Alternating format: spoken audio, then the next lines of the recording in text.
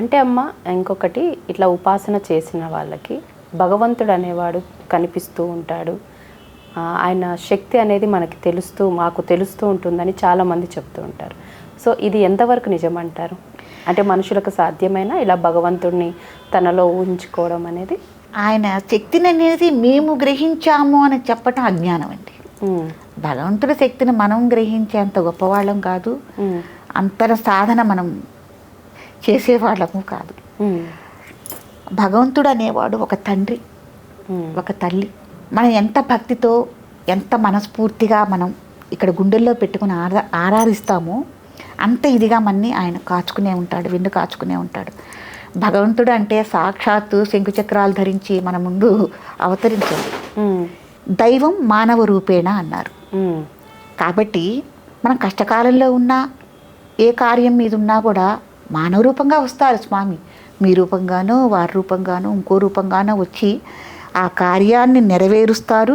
ఆ ఆపదలో మనకి ఆ కష్టాన్ని అద్దుకుంటారు. కాబట్టి దైవం కనిపిస్తాడా అంటే మీకు కొన్ని నిదర్శనాలు నేను చెప్పాలి. ఏదన్నా ఇప్పుడు త్రిదిరిపీఠంలో మనకి త్రిలోకేశ్వర స్వామి అని ఒక శివలింగం ఉంది. నర్మదా బాణలింగాన్ని కాశీ నుంచి తీసుకొచ్చి గురుదేవులే ప్రతిష్ఠ చేయటం జరిగింది. ఏదైనా ఒక సూచన, ఒక మంచి కార్యక్రమం జరగబోతోంది అనే సూచనకి అప్పుడప్పుడు మనకు జరిగే ఏంటంటే అక్కడ రోజు మనం మట్టి ప్రమిదలో ఇంత నూనె పోసి మనం దీపారాధన అనేది చేస్తాము.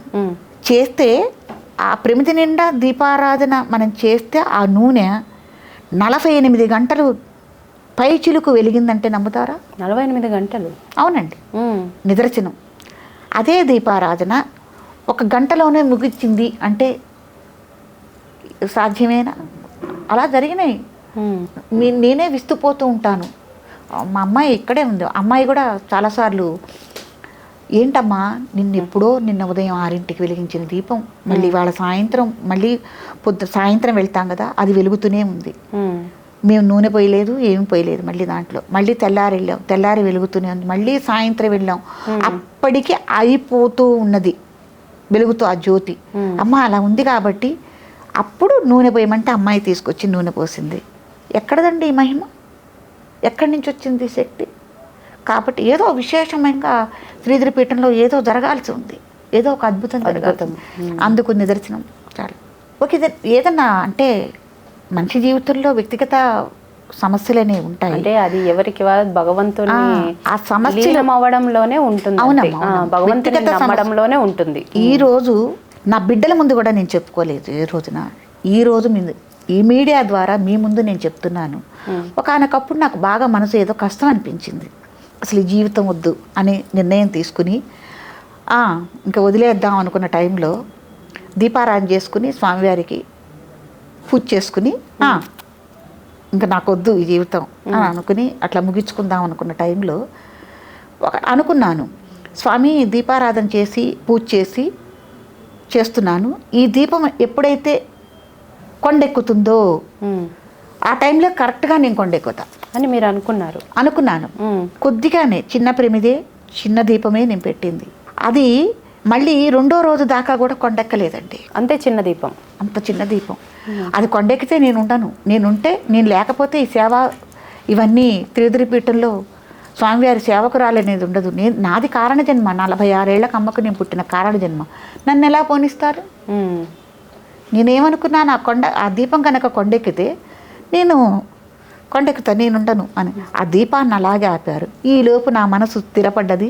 ఆ నిశ్చయం అనేది, ఆ నిర్ణయం మారింది. నిలబడాలి, మనం నిలబడాలి. ఇలా నిర్ణయాలు తీసుకుంటే చాలా తప్పు కదా. కాబట్టి మనసు మారటానికి ఒక టైం ఇచ్చి ఆ దీపాన్ని అలాగే ఉంచాడమ్మా. ఒక చాలా అద్భుతమైన సన్నివేశాలు ఉన్నాయి. మరి భగవంతుడు శంకుచక్రాలతో రావాలా? ఇది చాలదా మీకు? భగవంతుడు ఉన్నాడు అంటే మీరు చెబుతున్న అనుభవాలే భగవంతుడు మనతో ఉన్నాడు, నాతోనే ఉన్నాడని మీకు తెలిసేలాగా అయ్యింది. అవునమ్మా, కొన్ని ఇదే భగవద్ నిదర్శనాలు, ఇదే భగవంతుడు కనపడటం అనేది నిదర్శనం అనేది అదే. అవునవును. మా పిల్లలతో నేను ఒకసారి తిరుమల వెళ్ళాను స్వామివారి దర్శనానికి. క్యూ లైన్లో వచ్చాం. ధ్వజస్తంభం దగ్గరికి వస్తున్నాం. క్యూ ధ్వజస్తంభం దగ్గర నుంచి దూరం నుంచి వెళ్తూ ఉంటుంది. మా అమ్మ చిన్నప్పుడు లేక లేక పుట్టిన పిల్లనని స్వామివారి ధ్వజస్తంభానికి అప్పుడు పిల్లల్ని కట్టేసి కొనుక్కునేవాళ్ళు. కట్టేసి ధ్వజస్తంభానికి తాడు పెట్టి కట్టేస్తారు. కట్టేసేసి స్వామివారి హుండీలో వాళ్ళ చేతి కొద్దీ డబ్బులు వేసి, నాయనా నాకు లేక లేక పుట్టిన బిడ్డ నీ దగ్గర నుంచి నేను కొనుక్కుంటున్నాను అంటే భద్రత, నా బిడ్డను కాపాడు భద్రత. ఆయన దగ్గర నుంచి కొనుక్కుంటే ఆయనే చూసుకుంటాడు. తెలియని వాళ్ళు పెద్దవాళ్ళు. అట్లా 5 రూపాయలు పాపం మా అమ్మ శక్తి. మా నాన్నగారు లేరండి, నాకు 6 నెలల పిల్లప్పుడే కాలం చేశారు. పాపం అప్పుడు ఆవిడ శక్తి కొద్దీ 5 రూపాయలు హుండీలో వేసి ఆ ధ్వజస్తంభానికి నన్ను కట్టేసి కొనుక్కుంది మా అమ్మ. కొనుక్కుంటే ఆ విషయం నాకు చెప్పేది. అప్పుడు నేను పిల్లలతో అన్నాను అనమాట, ఇట్లా అమ్మ నన్ను ఆ ధ్వజస్తంభానికి కట్టేసి కొనుక్కుందమ్మా. ఇదివరకు ధ్వజస్తంభం ప్రతి ఒక్కళ్ళు తాకి స్వామివారి దర్శనానికి వెళ్ళారు, ఇప్పుడు అంతా క్యూ లైన్లు ఎక్కువయ్యి వెళ్ళనేయటం లేదు మళ్ళీ అని. అట్లా నేను అంటూనే ఉన్నానండి. పిల్లలు నా పక్కనే ఉన్నారు, నా నోట్లో మాట నోట్లోనే ఉంది. అక్కడ గేట్ తీసేశాడండి. అక్కడ గేటు తీసేయటం, పోలో మన అందరం ఆ ధ్వజస్తంభం దగ్గర నుంచి అందరం వెళ్ళిపోవటం, ఆ ధ్వజస్తంభాన్ని తాకస్తే ఎంత పరవశం అంటే ఇప్పటికి కూడా అణువు నాకు పులకిస్తుంది. ఆ తాకి నమస్కారం చేసుకుని లోపలికి వెళ్ళటం ఇంతకన్నా అద్భుతం ఏం కావాలండి. భగవంతుడు ఉన్నాడు. దానికి అంతా గేట్లు అడ్డంగా పెట్టేసి ఉంటారు. అవునండి. మీకు చెప్తాను, అమ్మ 5 రూపాయలు వేసి కొనుక్కుంది కదా, మళ్ళీ మా అమ్మ దగ్గర ఇంకొక 5 రూపాయలు ఉండే అవకాశం లేదు. అంటే నాన్న లేరు, ఏదో ఆవిడ కాలం గడుపుతోంది. దొరుకున్న ఏదో ఆస్తులు అవన్నీ అమ్ముకుని చేసి నేను ఒక బిడ్డని, అంటే పీఠం స్థాపన కన్నా ముందు ఎప్పుడంటే 63 ఆ టైంలో, 63 ఆ టైంలో, అదే పుట్టిండుగుల కార్యక్రమానికి కూడా నన్ను తీసుకెళ్ళింది. అయితే మీకు ఇంటికి వచ్చిన తర్వాత అప్పుడు అందరు కూర్చుని చక్కగా మాట్లాడుకునేవాళ్ళు యాత్రల గురించి, ఎట్లా చేశారు ఏమిటి అక్కడ అనుభవాలు ఏంటి అని. నన్ను మా అమ్మ తీసుకెళ్ళింది. తోడుగా మా పిన్ని కూతురు మా అక్కయ్య ఒక ఉండే తోడు, అక్కయ్యని కూడా తీసుకెళ్ళింది. నడిచి వెళ్తానని మొక్కు అమ్మ. నేను ఎత్తుకునే వయసు కాదు, నడిపించే వయసు కాదు, ఎడపిల్లని. చాలా ఇబ్బంది పడ్డది. మా నాన్న బతికుండగా కూడా తిట్టేవారట మమ్మని, నువ్వు ఇట్లా లేనిపోయిన మొక్కులన్నీ మొక్కుకుంటావు, నువ్వేమి ఎక్కుతావు, నువ్వు నడవలేవు అని అనేవారట. అంటే అప్పటి నుంచి ఉన్న మొక్కు అనమాట. తర్వాత అమ్మ ఎక్కుతుంటే చుక్కల పర్వతం దగ్గరికి వెళ్ళేసరికి పాపం అమ్మ నన్ను ఎత్తుకుని, ఆ మెట్లు బాగా ఎత్తుంటాయి, ఎక్కలేక చాలా అవస్థపడుతుంటే ఒక వ్యక్తి, అటు మరి ముసలాయన కాదు, ఒక వ్యక్తి చేతిలో ఏ లగేజీ లేదు, ఏంటో ఇంత మడతేసుకుని ఏదో ఒక ఖాళీ సంచి మడతేసి పట్టుకున్నారు. చుక్కల పర్వతం దగ్గరికి వెళ్ళేసరికి లైట్గా మాసిన గడ్డంట. అమ్మ చెప్తూ ఉండేది, ఇప్పటికీ నాకు కళ్ళకి కట్టినట్టు అనిపిస్తుంది అమ్మ చెప్తేది. ఏది నీ బిడ్డనిటి నాకు నేను ఎత్తుకుంటానని అంటే, అయ్యో బాబు. అంతకుముందు ఈ వ్యక్తి అమ్మ వాళ్ళు కొన్ని మెట్లెక్కి కూర్చుని వీళ్ళు కాళ్ళు పిచ్చుకుంటూ ఉంటే ఆయన కూడా వీళ్ళని చూసి ముసిముసి నవ్వుకుంటూ ఆయన కూడా అలాగే 4 మెట్లెక్కి కూర్చుని ఆయన కూడా అలాగే కాళ్ళు పిచ్చుకుంటూ ఉన్నారట. అయితే అమ్మ అందిట, అదేంటి బాబు నువ్వే నడవలేకపోతున్నావు, మాకు మళ్ళీ నువ్వు కూడా కాళ్ళు ఎత్తుకుంటున్నావు, నా బిడ్డను ఎక్కడ ఎత్తుకుంటావు అని. కాదమ్మా నేను ఎత్తుకుంటానని. అసలు ఆ తీసుకునే దృశ్యం కూడానండి ఎంతో అపురూపంగా అట ఎత్తుకోవటం అనేది చాలామంది ఎత్తుకుంటారు, కానీ కొంతమంది ఎత్తుకోవటంలో ఒక అపురూపం ఉంటుంది. ఆ దృశ్యం చాలా కన్నులకి వింపుగా ఉంటుంది. ఆ బిడ్డను ఎత్తుకోవటం కూడా ఒక అందం అన్నమాట. ఎంతో అపురూపంగా నన్ను తీసుకుని అప్పటి వరకు నొప్పులన్నీ ఆయన కూడా పిచ్చుకుంటూ కూర్చున్న ఆయన అలాగా ఎక్కేసారటండి. ఎక్కేస్తే ఆ రోజుల్లో 63 ఆ టైంలో ఆ చుక్కల పర్వతం ప్రాంతం అంతా ఒక అడవి ప్రాంతం. అక్కడ నల్ల ద్రాక్ష పళ్ళు దొరుకుతాయా? నల్ల ద్రాక్ష పళ్ళు ఎక్కడ ఒక కొట్టు కానీ ఏమీ కానీ లేవు. మరి స్వామి ఎక్కడ సృష్టి చేశారో ఏమో. మళ్ళీ ఆ మెట్లన్నీ ఎక్కిన తర్వాత మా అమ్మని బిడ్డని మా అమ్మ చేతికి ఇచ్చేస్తూ నన్ను, అప్పుడు ఈ పేపర్ పొట్లం కట్టేవాళ్ళు, మిఠాయి పొట్లం అంటారు దాన్ని. ఇప్పుడు మరి ఎవరు కడుతున్నారు పొట్లం కట్టి, దాంట్లో అండి ద్రాక్ష పళ్ళు అమ్మ చేతికిచ్చి, నీ బిడ్డకి జ్వరం అన్నావుగా ఇగో పెట్టుకో అని ఆ నల్ల ద్రాక్ష పళ్ళ పొట్లం అమ్మకి ఇవ్వటం జరిగింది.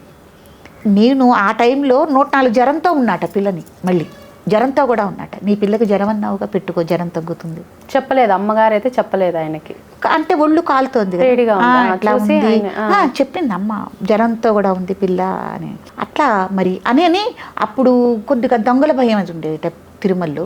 ఇట్లా బలాన్ చోటకి వెళ్ళండి, మీరు ఈ ఏరియాలోనే ఉండండి, ఈ ఏరియాకి వెళ్ళొద్దు అన్న సూచనలు కూడా అమ్మకి చెప్తూ, నాయన నువ్వు వచ్చావు ఏదన్నా మొక్కుండి వచ్చావా అంటే ఏమీ లేదన్నట్టు. మరి ఎందుకు వస్తున్నావా నాయన అంటే నాకు తెలిసిన వాళ్ళు వస్తున్నారు అందుకు వచ్చాను అన్నారు. భగవంతుడు ఉన్నాడు అంటానికి నిదర్శనాలు ఇలా చాలా ఉన్నాయమ్మా. తర్వాత నా చిన్నతనంలో త్రిదురపీఠం స్థాపించిన తర్వాత నాకు 6 ఏళ్ల వయసు వచ్చింది. అక్కడ అడవి ప్రాంతం కాబట్టి చాలల్లో బంతిపూలు పూయించేవారు, పెద్ద పెద్ద బంతిపూలు అనమాట. ఒక రైతు తీసుకొచ్చి బంతిపూలు మాలగుచ్చి తీసుకొచ్చి స్వామివారికి వేయండి అని ఇచ్చారు. అది నిట్ట మధ్యాహ్నం 2 గంటల టైం. ఆ 2 గంటల టైంలో ఆ రైతు ఇవ్వగానే నేను పేచి ఇప్పుడే తీసుకెళ్ళి నేను స్వామికి వేస్తాను, గండబేరి నరసింహస్వామికి వేస్తాను. అమ్మ కేకలేసింది, ఎటు కాని టైంలో నిట్ట మధ్యాహ్నం పీఠం తలుపులు తీస్తానంటావు, ఇప్పుడు వెళ్ళి వేస్తానంటావు, ఎట్లాగో 3:30కి మనం గుడి తీస్తాం కాబట్టి అప్పుడు వెళ్ళి వేద్దువు కానీ. చిన్నప్పుడు చాలా పెంకిదానిలేండి పేచీలు. అయితే కాదు నేను ఇప్పుడే వెళ్ళి వేయాలి అని ఏడుపు. అప్పుడు అమ్మకి విసుగు పుట్టి గుడి తాళం చెవులు విసిరేసింది. వేసుకోపో, ఎట్లా వేసుకోపో, నేను రాను వేసుకోపో అని. సరే ఏడ్చుకుంటూ కళ్ళు తుడుచుకుంటూ ఆ మాల తీసుకుని పీఠంలోకి వచ్చి గుడి తాళాలు తీసి నేను మాల వేయాలని ప్రయత్నం చేస్తే, నేను బుడతని 6 ఏళ్ల వయసు, నాకు స్వామి అందరూ దాదాపు 4.5 హైట్లో ఉంటారు స్వామి. అది కూడా మెట్ల స్టెప్పుల మీద ఉంటారు స్వామి. పై మెట్టికెక్కినా కూడా నాకు అందరూ, అందులోని 8 తలకాయలు ఈయనకి. నేను ఎక్కడ వేస్తానండి? వచ్చా వేయాలని ప్రయత్నం చేస్తే నా చేత 8 శిరస్సులు ఆయన ఉంచుకుని మాల వేయించుకున్నారు తెలుసా అండి. 6 సంవత్సరాల పిల్లకి నాకు ఇచ్చిన నిదర్శనం అది. మరి ఆ టైం వేశాను, ఆయన ఉంచి వేయించుకున్నారు నా చేత మాల. ఇంతకన్నా ఏం కావాలి? భగవంతుడు ఉన్నాడు అంటారు నిదర్శనం. మరి ఇప్పటికీ కూడా ఎంత నమ్మకంతో నా కళ్ళల్లో కానీ నా బాడీలో కానీ ఆ వైబ్రేషన్స్ అవన్నీ ఉన్నాయంటే నేను 6 ఏళ్ల పిల్లప్పుడే నేను అనుభవించిందే కదా. లేకపోతే ఇంత ఇదిగా ఇంత పరిపూర్ణంగా నేను ఎట్టా మాట్లాడగలుగుతున్నాను, ఎలా చెప్పగలుగుతున్నాను? నేను ఆ త్రిదురపీఠంలో ఒంటరిగా ఉండాలి అరణ్య ప్రాంతంలో అంటే నాకు ఆ టైం నుంచే నేనున్నాను సుమా అనని ఒక పరిపూర్ణమైన బలం ఆ టైంలో వేయబట్టే నేను ఇలా ఉండగలుగుతున్నాను. ఆయన అట్లా చూపించ భగవంతుడు అండ అనేది అప్పటి మీ పుట్టుకతోనే మొదలైపోయింది. వేశారమ్మా, చిన్నపిల్లగా ఉన్నప్పుడే నాకు బీజం వేశారు. కాబట్టి చాలా అండి చిన్నపిల్లలు అప్పుడు మామయ్యారి పిల్లలు మేమందరం వేసంకాలం సెలవులకు వస్తే ఒక 50-60 మంది పిల్లలను చేరేవాళ్ళం పీఠంలో.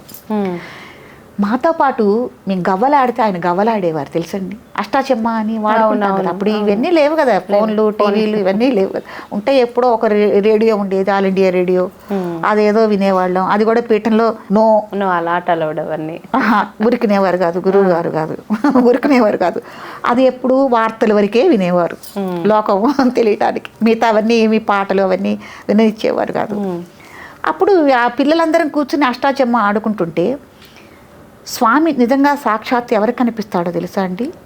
3 సంవత్సరాల పిల్లలకి కనిపిస్తారు. అంటే తెలియని వయసు.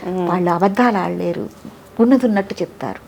అప్పుడు మేము కొద్దిగా ఏజ్ వచ్చిన పిల్లలం, 7 ఏళ్ళు అలా వచ్చిన పిల్లలం.